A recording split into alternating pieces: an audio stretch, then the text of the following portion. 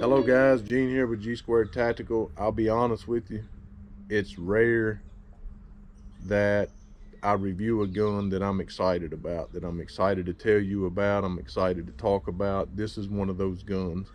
I will just go through some of the, I guess, the pertinent information on it, the weights and trigger pulls and things like that, and then tell you a little bit about what I think about it, its uses, and how it performed at the range. And believe me, you do not. There's things that YouTube does not like us to talk about, and where I'm pointing my index finger here is a reason why you want to watch the range video. You probably have not saw a middle-aged man and a young man have more fun on the range than what you will see when you watch the range video. We will link it up at the end of this video so that you can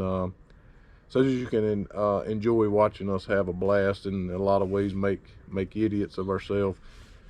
But anyway, again, we'll get to that here in a minute. The thing that you will probably notice first off right out the gate about this gun, if you see it in the store, which it's been around since the mid-90s, and I never saw it. The first time I ever seen it in a gun store was about 3 months ago.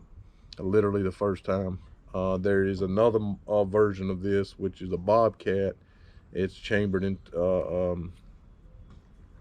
22 long rifle. So I never even saw it. In fact, I just recently saw it in a gun store. So I know when they first came out with this, they were having some issues with the left side of the frame cracking. It was kind of a big deal. They reworked it, thickened the frame up a little bit. I don't think it's been an issue since the late 90s or so. I certainly think they got that fixed. If you buy a used one, you might want to see when it was made and check that the left side of that frame out. But anyway, again, the first thing you'll notice about it is, of course, yeah, it looks old school, unique, but you'll notice that it has a button here on the where you would typically see a mag release on the front of the grips here, and that pops the barrel up. If you have a round in there, it'll throw it halfway across this deck. I thought, it's just cool, right? It's just something that's cool. My wife thought that it was very functional, and she made a very valid point. She carries a revolver because most of the guns that is made to carry in a purse or a pocket or something like that, belly holster or something, she has a hard time racking the slide back and chambering around. She often found herself dropping one in, and that could do damage to the injector. So she really liked the idea of being able to push a button here and the barrel popping up, and just being able to drop a round in and just push it back down, put your full magazine in. You got yourself 7+1, so 8 rounds of 32 ACP. And I had not even really thought about that when she mentioned it, but that is probably the most unique thing that you'll see about this, is the pop-up barrel, flip-up barrel design. The mag release is down here on the bottom of the frame towards the rear on the left side, so of course you're going to have to adjust your grip to drop the magazine, if you get what I'm saying. It does have a thumb safety that gives you the ability to drop around in, close the barrel, drop your hammer back, and put the safety on, and you can carry it in a cock and lock position. I personally think it's a great backup gun, great pocket gun. Again, it does come in three options. You have a stainless model without a threaded barrel. It's about a 2.4-inch barrel, weighs about 14 ounces. The MSRP on it, in my opinion, is a little high, is about $529. Then you have an FDE version with a much higher MSRP of about $619, and then you have this version, which is the wood grips and the blued frame, slide, and barrel. Also the FDE model has the threaded barrel as well, 1/2 by 28. Again, you're gonna want to watch the range video, just saying. And the barrel on those two, the FDE and this one, is about 2.7, I think, no, 2.9, about 2.9 inches. So it does lengthen the barrel a little bit when you get the FDE in this version here, and it also raises, of course, the MSRP. I think I paid around $500 out the door for this, and it was new. I did buy it new.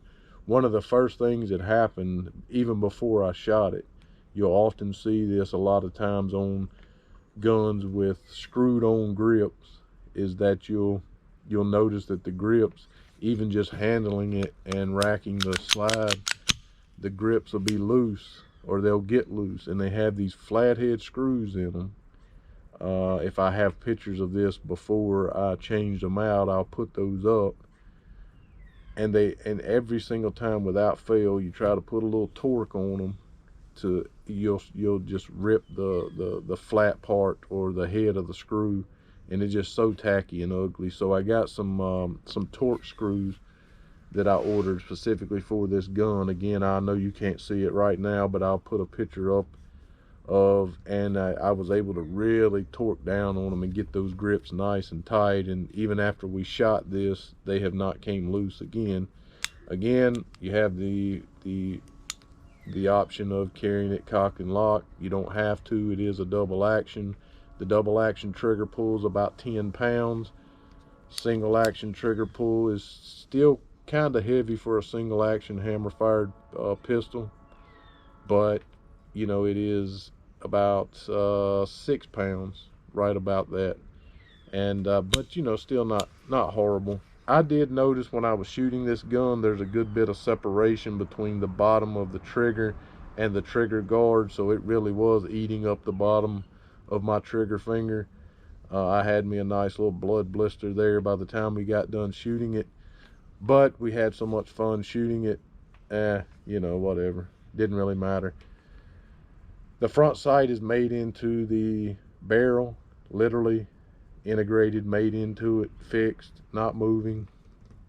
The rear sight on this one is a dovetail. It is driftable. You can move it left to right if you want to change your shot up. Maybe it's not quite as accurate as you want it to be, but they are what they are. They're very low profile, almost revolver type sights. They're both blacked out. Yeah, I mean, come on, you're not picking these sights up very easily. This is a close proximity gun, a gut gun, I guess you could say.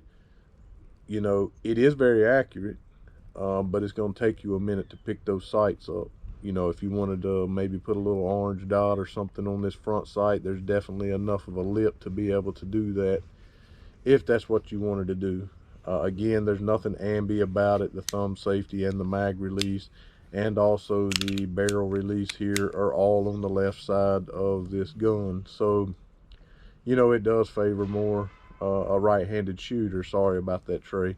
It is pretty thick for a small gun, but it doesn't feel like it. I mean, it holds really well, and I have small hands, small fat sausage fingers, but it holds really well in the hand. For me, it feels awesome. It does come in about 3.6, 3.7 on the thickness. I guess it would depend on which model you got and which grips were on it. This one is relatively thick, but it does not feel like it. It holds very well. It is super easy to clean. That's another thing that my wife liked about it. She said if I wasn't around, usually I clean them for her after she shoots them, but you literally just hit the release there, the barrel pops up, ream the barrel out, you know, and really that's all they recommend on this gun as far as cleaning. Again, the slide does not lock back on an empty chamber. It doesn't lock back. It doesn't lock back, period. So, you know, you probably have a few little spots here on where the slide, you know, comes back and forth that you might want to put a little dab of oil or something, but probably the cleanest, the easiest rather, should I say, the easiest gun you'll probably ever clean. Super easy to clean, which makes it even more fun because you get to go out to the range, you get to have a blast shooting it, and 5 minutes you're done cleaning it, probably less than that. But anyway, like I said, it is a double action, single action. You can carry it locked and cocked or cock and lock, whatever. There is no ejector. You know, some people think that that's bad. Some people think it's good. It does work by blowback, so it makes it all the more important that you get the hottest ammunition you can find, especially if you're going to carry it. All we were able to shoot at the range was some MagTech. That was all that was available. Certainly not the best quality ammo, certainly not the hottest ammo, but it worked flawlessly. So a blowback design has very few moving parts or things to fail. It simply works by the explosion of the round. So of course, the hotter the round, the better it works. So it's a very simple design that works great if it is working, but there is the potential there for it to leave the round in the barrel, I guess you could say, or not completely come back. So stovepipe, things like that. But we had no issues out of this gun at the range. Again, you want to watch the range video, and we will put that up here at the end of this one. Comes in at under a pound. It looks and feels, with the thickness and everything, like it would weigh a whole lot more than that, but it comes in at just under a pound for this particular version, somewhere around 15 ounces or so. So my wife loves this gun. I'm probably, after I do this review, she's probably gonna take her revolver out and probably use this as her daily carry. It is surprisingly accurate. Again, that is, if you take time, you concentrate on the sights. It's relatively light outside, otherwise it's just a gut gun. But if you can get in them sights, it is a very accurate gun. I was shocked at how accurate it was. It came with two 7-round magazines, so it is a 7+1. The magazines seem to be well made, aluminum, looks like a stainless steel spring and stuff here, so the magazine seemed fine. It came in this cardboard box with a lock, of course, and this nice soft carry case here. So for 500 bucks, at least you get a carrying case. Otherwise, I probably would not have spent that much money on this gun, but you know what, I'm glad I did. I'm really glad I did. We had a blast with this gun at the range. Probably in my top 3 most fun I've ever had at the range with a gun. So if you bought this gun for no other reason but to have fun, you would be successful in buying this gun for that reason. It was so much fun to shoot, so unique. Definitely a conversation starter. Again, the double action pull is pretty heavy, as you would expect, around 10 pounds.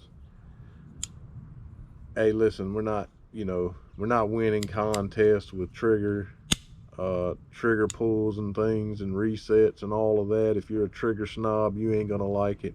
It's probably gonna eat your index finger up like it did mine. But you know what? It was so much fun to shoot. You don't even really recognize any of that stuff. So anyway, with all of that said, you're definitely gonna want to watch the range video up, and I think Trey's gonna link the video up here shortly. And we appreciate you guys watching. We hope you really enjoyed it. We hope that, again, I didn't talk a whole lot about the thing, overall lengths and things of that nature. I'm just excited for you guys to watch the range video on this thing. And again, I hope you enjoyed what I had to say today. I just noticed this while I was talking to you. It does have some front of the grip grooves here, and it also has some grooves on the rear. just another, I don't know, man. I just love this gun. Feels great in the hand. The slide has some serrations on the rear here.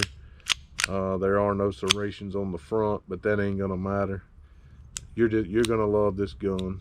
And anyway, I hope you guys enjoyed. Make sure you set your alerts. Make sure you subscribe. It helps us out a lot. And we really appreciate you watching today. Thank you.